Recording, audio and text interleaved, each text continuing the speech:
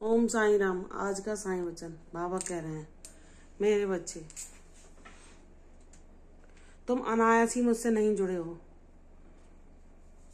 तुम्हारा मेरा पिछले कई जन्मों का साथ है।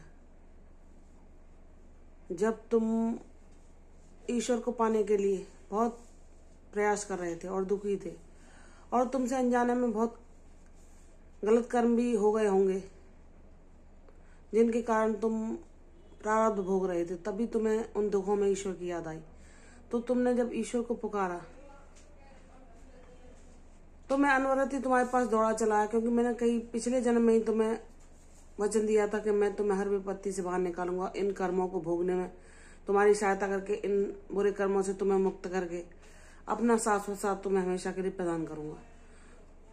तुम अपने को बहुत भाग्यशाली समझो, क्योंकि लोग कई जन्मों के बाद ही ईश्वर को जान पाते हैं, और कई लोग तो मृत्यु के मुंह से वापस आकर ऐसे अनुभव पाते हैं कि वह सब कुछ छोड़कर जो वो कर्म कर रहे होते हैं उनकी किसी में भी रुचि नहीं बचती, और वह जान जाते हैं कि ये शरीर एक पिंजड़ा मात्र है और हमारा मुख्य ध्येय इसमें रहकर ईश्वर की प्राप्ति करना है। इस शरीर को पाने का लक्ष्य ईश्वर की ओर जाना ही है। तब वह समझ पाता। लेकिन तुम कितने भाग्यशाली हो, तुम्हें इतने प्रयास की जरूरत नहीं कि तुम कोई कठिनाई के बाद मुझे जान सके हो। तुम बचपन से ही मुझसे जुड़े हुए हो और तुम मुझे अपना गुरु मानते हो, और जब तुम्हें दुख और कष्ट पड़े, मैंने तुम्हें बहुत सुखी बचपन दिया, इतने प्यारे माँ बाप दिए, लेकिन जब तुम पर कष्ट पड़े, जब तुम्हारे साथ तुम्हारे पिता भी नहीं थे, तो मैंने तुम्हें आकर थाम लिया। उन दुख, कष्ट, परेशानी, संघर्ष के दिनों में सदैव मैं तुम्हारे साथ था, हर पल तुम्हारी रक्षा कर रहा था, हर विपत्ति से तुम्हें बचा रहा था। तुम भी आश्चर्यचकित थे कि थोड़ी सी विपत्ति आने पर लोग उस दुख में डूब जाते हैं और इस संसार से भी विदा ले लेते हैं, लेकिन मेरे पास इतनी कठिन परिस्थितियां आते हुए भी, संघर्ष होते हुए, मेरी मानसिक और सारे रोगों से लड़ते हुए भी मैं इस संघर्ष पर कैसे विजय प्राप्त कर पाई? यह तुम्हारे गुरु की कृपा है, यह उनका आशीर्वाद है, यह उनकी कृपा छाया है तुम्हारे ऊपर, जो कि उन्होंने तुम्हारी हर कष्ट, हर परेशानी में रक्षा की है। इसलिए अगर तुम कुछ मांगने की इच्छा करो तो अपने गुरु के अलावा कुछ न मांगो, उनका साथ मांगो, जो कि परम सत्य है, जो परमानंद है, जो ही जीवन, वही एक हमारे जीवन का प्रमुख लक्ष्य है। हे मेरे बाबा, आपने जब मुझे इतना भाग्यशाली बनाया है तो मुझे अपनी सेवा का साधन भी बनाना, ताकि मैं दुखी लोगों के लिए हर समय प्रयास कर सकूं कि मैं उनके दुख को सुख में, खुशी में बदल सकूं। ये आपकी कृपा के द्वारा ही संभव है, क्योंकि जब हम कोई भोजन भी बनाते हैं उसमें हम ईश्वर का नाम लेते हैं तो वह अत्यंत ही स्वादिष्ट बनता है। जब इंसान जान जाता है कि हमारे अंदर, हमारे भोजन में जो स्वाद आ रहा है, प्रभु का स्मरण करने से आ रहा है, जो हमारे कार्य सब कुछ बनते चले जा रहे हैं, वो प्रभु की कृपा है जो अदृश्य है।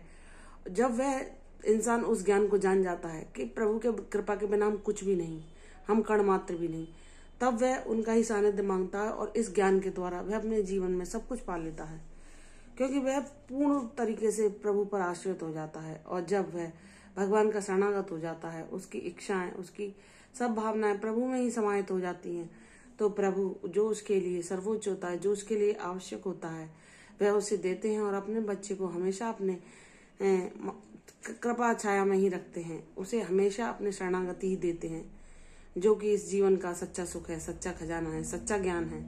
तो हे मेरे बाबा, आपने मुझे इस लायक समझा, इसके लिए करोड़ों बार आपका आभार मेरे साईं। मैं बहुत भाग्यशाली हूँ, और अब मैं जान चुका हूँ कि मैं आपका प्यारा बच्चा हूँ, और मेरे जीवन में जब आप चाहेंगे तब वह घटित होगा।